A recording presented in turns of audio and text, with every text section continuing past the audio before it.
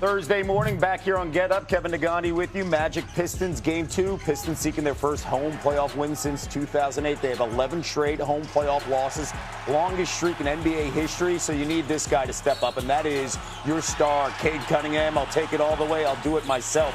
Close game, and then in the third quarter, you start to see the separation. The defense starts to separate, and then they shut down the Magic, and Cunningham finds Jalen Duren. They're up by 24, and you know who likes it? A familiar face. There's Zeke, old school Pistons, watching on. He likes what he sees. Isaiah Thomas. Just under 4 minutes to play. Magic down 25. Pistons, they start the third quarter on a 30-3 run. 10 blocks through the third quarter. Cade Cunningham, 27 points, 11 assists. The handles, yeah, he was comfortable. And the Pistons, they evened the series 98-83 after a shocking Game 1 loss. Outside of the 30-3 run, though, to start that second half, their offense really struggled. In the other 40-some minutes, the team scored just 68 points on 40% shooting, while shooting 4 of 22 from 3. Detroit also turned the ball over 22 times compared to just once in that 7-minute, 30-second run. We know the NBA. We talk about it a lot. It's all about runs, but it was just one run. It was a big one. Back here with Michael Wilbon, the Hall of Famer.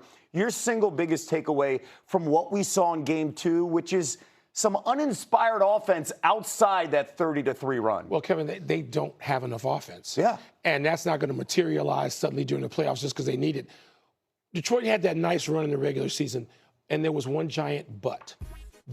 Cade Cunningham, if he's out, they did a great job when he was out of holding that team together, which is why J.B. Bickerstaff, to me, is coach of the year in the league. But they needed more offense. We knew it then. We can see it even more clearly now. They can get through Orlando with this. But beyond that, offensively, they're going to struggle. I mean, Cade Cunningham can't do all of this every night against increasingly good defenses. Yeah, the big question is, who's your number 2 offense that you count on? Durant does his job, but sometimes. Can you rely on him on a deep playoff run? Does Cade look right to you? Because, again, we're talking about a guy that's coming off a collapsed lung this spring. He started looking more right last night. Yeah. He did. I mean, but it's going to take some time, and he acknowledged that. It takes some time to get back to the form. Look, to me, Cade Cunningham was first team All-NBA during that stretch that he had the Pistons playing well and number 1 seed in the East. And he might have been an MVP candidate there for a while before he goes down with that just insane injury. Again, by himself is sustainable. No, it looks like Detroit is a player and a year away. I mean, you know, that Game 1 performance against Orlando at home, they struggle at home. They may struggle some more in this series. We haven't even gotten to Florida yet for this series. But you're asking a lot for Cade Cunningham, as great as he has been, to just be the one-man offense for that team in the playoffs. All right, we've already talked about the 2 playoff games last night. Let's run the floor and talk about some other storylines here with the NBA, starting with Blazers-Spurs, where Victor Wembanyama currently going through concussion protocol. Wilbon, are the Spurs in trouble if Wemby is not available for Game 3 tomorrow night? Yes. The question is really, is he going to be able to play Game 4? Yeah. To me, Sunday, can he even be ready for Game 4? The average amount of time, Kevin, that's missed for a player in concussion protocol in the NBA is 9 days. That would take him out of Games 3 and 4 in Portland. Here's the other thing. We don't even know if they're going to allow him to travel. That's the key, right? Right? Yeah. So this is not like, the other the opponents in Houston. He can just drive in the state of Texas and get to the game like he's in the AAU competition. Yeah. He's got to fly to Portland. We don't know if that's going to be allowed. Yeah, and they're going to depend on their veterans, De'Aaron Fox, Harrison Barnes. Those guys do have playoff experience. Harrison Barnes, a lot of it. They're going to have to rely on that. They did play well and beat Portland a couple of times without Wembanyama in the regular season. Different deal. That's a storyline we're going to continue to follow here with Wemby's health and, of course, that concussion protocol. All right, let's move on to the spiciest first-round matchup. Wolves, Nuggets. Minnesota stole Game 2 on the road to tie the series, and they were talking afterwards. Michael, have the Wolves found the formula here to beat the Nuggets? Yes. We know that because they've already done it. They just did it a couple of years ago. Denver was defending champ, and the Timberwolves took them out. This is a legit rivalry. I don't know if this needs updating by one game, but these two teams are like 15-15 against each other in the last 30 games. They've played a ton of games against each other, and defensively, the Wolves are absolutely arrogant about what it is they think they can do. They have maybe the one player in Rudy Gobert who can actually deal with Joker some. He's not going to stop Joker. He's not. But the other night, he did a heck of a job against him in Game 2, and Minnesota got back in that.